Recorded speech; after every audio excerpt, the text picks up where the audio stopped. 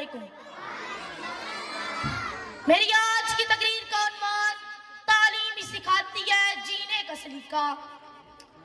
جناب علی وقار پہلی وحی آتی ہے اقرا پڑھ اپنے رب کے نام سے جس نے تجھے پیدا کیا. اس کا مطلب ہے ہمیں زندگی کا پہلا سبق ملا. پڑھ جانی کے علم حاصل کر. جناب صدر تعلیم کا مطلب ہے جاننا یا معلوم کرنا یا کسی بات کا ادراک ہونا، کیونکہ اسی علم کی بدولت انسان ترقی کی راہ پر گامزن ہوتا ہے. علم کے سمندر میں ڈبکیاں لگا کر ستاروں کی کھوج لگاتا ہے، زمین کے سینے سے معدنیات تلاش کرتا ہے اور پانی کی گہرائیوں سے ہیرے جواہرات تک رسائی حاصل کرتا ہے.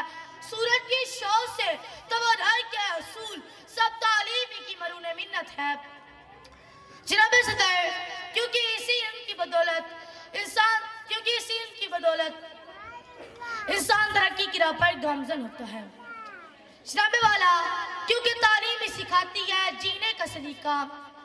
تو میرے پیارے نبی حضرت محمد رسول اللہ خاتم النبی صلی اللہ علیہ وآلہ وصحبہ وسلم نے فرمایا، ماں کی گود سے لے کر گور تک علم حاصل کرو. پھر ایک اور جگہ فرمایا، علم حاصل کرو خواہ تمہیں چین جانا پڑے. جناب والا تعلیم کا اصول کامیابی کا ضامن ہی نہیں بلکہ کسی بھی انسان کی شخصیت کو بنانے اور نکھارنے میں اہمیت کا حامل. تعلیم بنیادی طور پر کسی بھی قوم اور معاشرے کا قیمتی اثاثہ ہوتی ہے. میرے ہاتھ میں قلم، میرے ذہن میں اجالا، مجھے کیا دبا سکے گا کوئی ظلمتوں کا پالا. مجھے فکر امن عالم، تجھے اپنی ذات کا غم. میں طلوع ہو رہا ہوں تو غروب ہونے والا.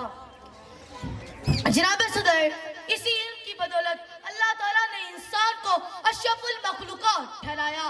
آسمانی صحیفوں سے لے کر قرآن پاک تک، غار حرا کے چراغ سے لے کر کوہ نور کی تجلی تک، پتھروں کی دنیا سے لے کر بلند و بالا عمارتوں تک، گھڑی کی سوئیوں سے لے کر ہوا میں اڑاؤ تک، زمین و بحث سے لے کر خلا کے سفر تک، میں علم و دانش کی صدا پکار کر کہہ رہا ہوں، تعلیم سکھاتی ہے جینے کا سلیقہ. منزل سے آگے بڑھ کر منزل تلاش کر، مل جائے تجھ کو دریا تو سمندر تلاش کر. ہر شیشہ ٹوٹ جاتا ہے پتھر کی چوٹ سے، پتھر ہی ٹوٹ جائے وہ شیشہ تلاش کر. سجدوں سے تیری کیا ہوا، صدیاں گزر گئی، دنیا تیری بدل دے وہ سجدہ تلاش کر. بس سلام.